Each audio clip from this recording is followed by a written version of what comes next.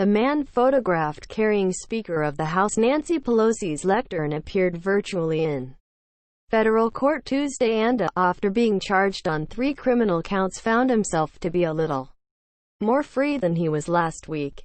The 36-year-old Florida man was charged with 1 count of knowingly entering or remaining in a restricted building without lawful authority, 1 count of theft of government property, and 1 count of violent entry and disorderly conduct on Capitol grounds.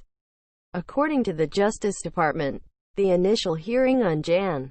11 for Johnson saw a federal judge grant him release on a $25,000 surety bond, and he was ordered to wear a GPS ankle monitor.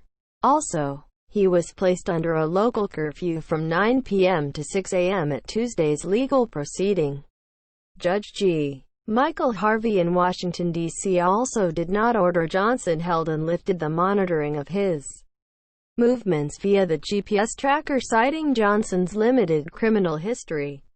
However, he is not allowed to wander freely, with his travel limited to the Middle District of Florida. He is also not allowed to possess any firearms. The father of 5 is scheduled to appear in court again at 11 a.m. on April 19 for a status conference hearing. Johnson was discovered after photos of him surfaced wearing a Trump beanie as he carried lectern around the U.S. Capitol, after allegedly breaking into the building during the attack by pro-Trump supporters on Jan. 6. The FBI was able to discover his identity by comparing his image to a local media outlet that reported his name. Law enforcement officials also received an anonymous tip by someone who recognized him as they shared a mutual friend, reported Special Agent Michael Jeng.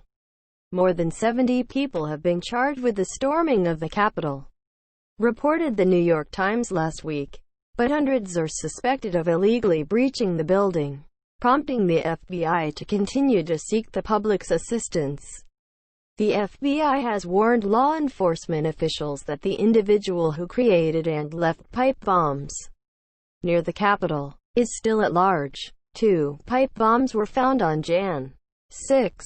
One outside of the Republican National Committee headquarters and the other outside of the Democratic National Committee headquarters.